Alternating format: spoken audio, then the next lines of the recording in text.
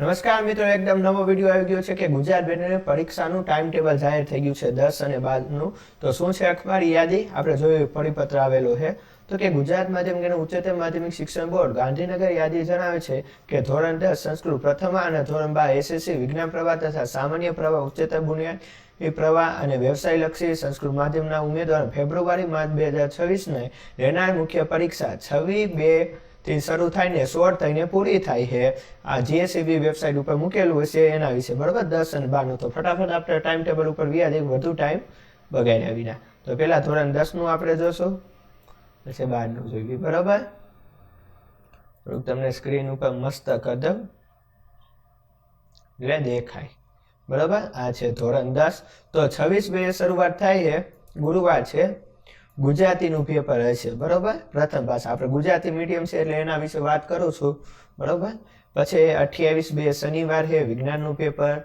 4-3-26 બુધવાર સામાજિક વિજ્ઞાન. 6-3 બેઝિક ગણિત અને 9-3 સ્ટાન્ડર્ડ ગણિત, બરોબર. બાજુમાં વિષય કોડ આપેલા છે.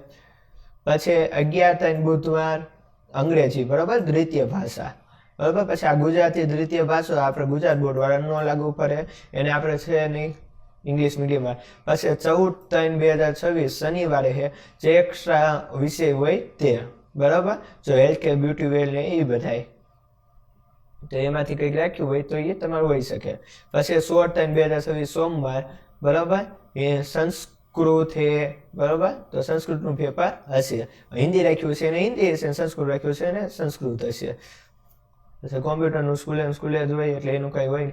હવે અહીંયા થોડીક નોંધ આપણે કે ધોરણ 10ના ઓપ્શનલ કોર્સ સિવાયના તમામ વિષયના પ્રશ્નપત્રો 80 ગુણના રહેશે, બરાબર. ઉપરોક્ત પ્રશ્નપત્ર સમય 10 થી 10-15 કલાક વાંચવા માટે, ઉત્તરવહી પરની વિગતો ભરવા માટે તથા 10-15 થી 13-15 ઉત્તરો લખવા માટેની રહેશે. ઓપ્શનલ વિષય કોડ 41-42 આ બધા કોડ આપેલા છે, એમ 30 ગુણના રહેશે.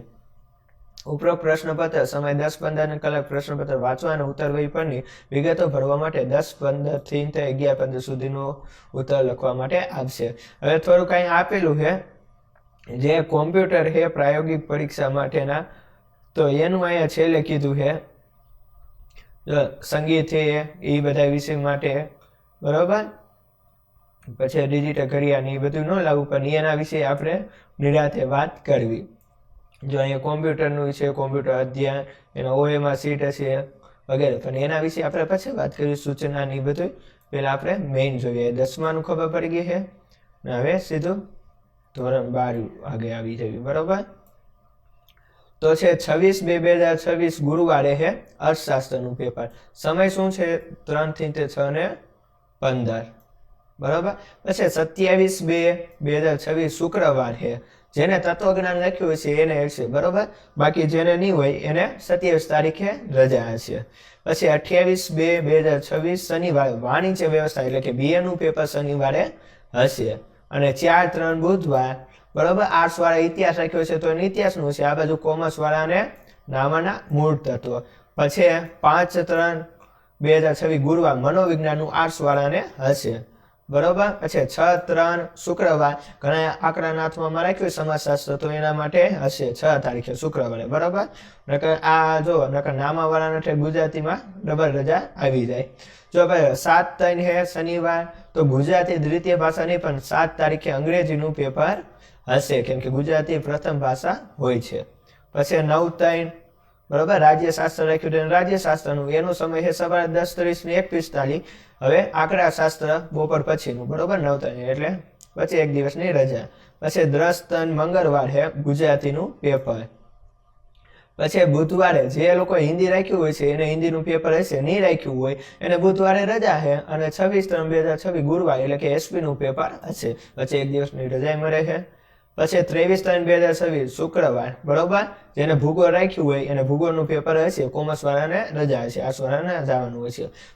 પછી 14-3-26 શનિવારે કોમ્પ્યુટર જેને રાખ્યું છે કોમ્પ્યુટર અધ્યયનનું પેપર હશે, બરોબર. બાકી આ બધા ઓપ્શનલ વિષય છે. અને પછી 16-3-26 સોમવાર, બરોબર. સંસ્કૃત એને સોમવાર લગી સંસ્કૃતનું પેપર છે. બાકી આર્ટ્સ વાળાને રહ્યો જેને કોમ્પ્યુટર રાખ્યું હોય, સોરી કોમર્સ વાળા, તો એને 14 થશે.